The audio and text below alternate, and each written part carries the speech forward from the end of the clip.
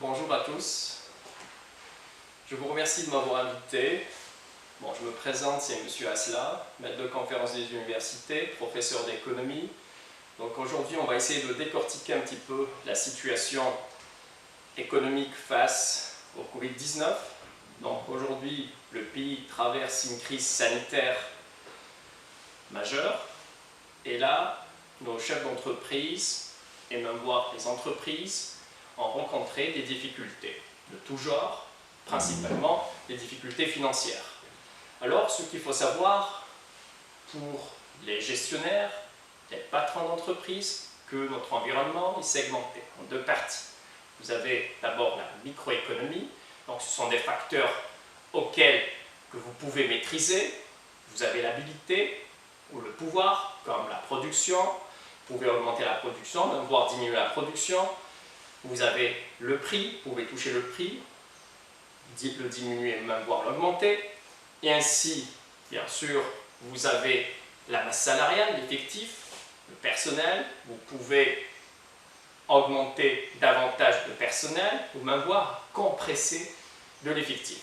Et ainsi, vous avez la qualité. Il est possible à vous d'améliorer la qualité de vos produits. Donc, tous ces facteurs-là, bien sûr, vous avez la maîtrise ou l'influence ou le contrôle de ces paramètres-là. Mais en revanche, je vais parler principalement des indicateurs macro maintenant. Donc, ce sont des indicateurs dont vous n'avez pas l'influence, ni le contrôle, ni l'habilité de pouvoir les diriger ou les contrôler. Et là, c'est un petit peu comme un pilote dans son avion. Il maîtrise les indicateurs internes dans son cockpit, comme, à vrai dire, le tangage, l'altitude, la vitesse, mais tout ce qui s'agit au-delà de l'appareil, bien sûr, comme les facteurs climatologiques, la météo, tout cela, bien sûr, ils vont faire avec, bien sûr, pour, à vrai dire, limiter les risques. Donc, c'est ce que j'ai tendance à dire à mes étudiants.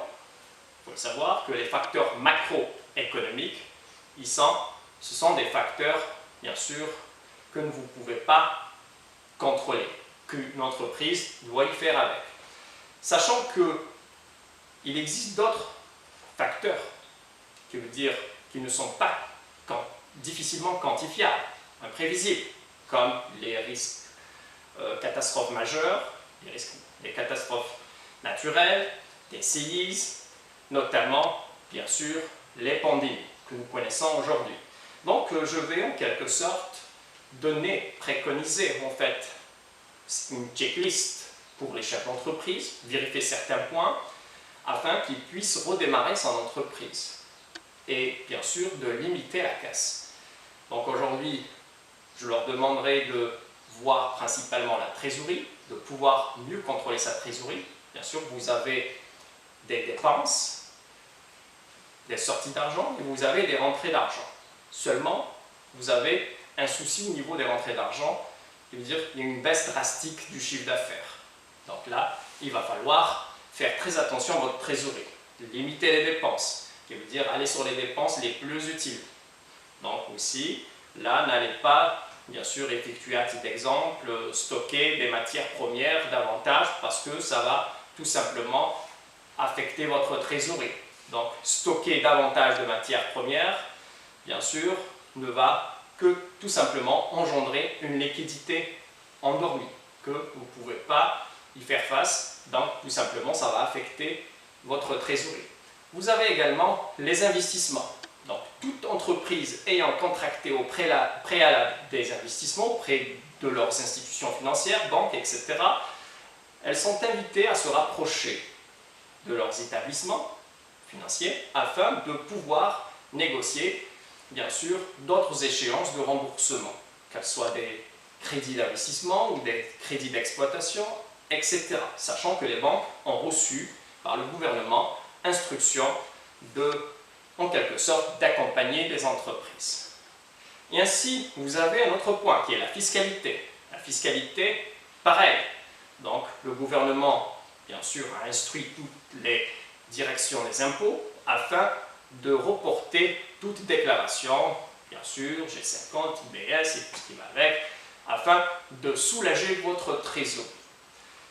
Et bien sûr, je termine avec un dernier point qui est la réorientation et la réorganisation du travail au sein des entreprises. Il faut le savoir que pour un début, afin de pouvoir refaire une reprise du travail et redémarrer l'économie, pour un premier temps, il est peut-être possible de réaffecter de nouvelles tâches au personnel, aux travailleurs et bien sûr d'assurer ou de pérenniser l'emploi. Je vous remercie et ça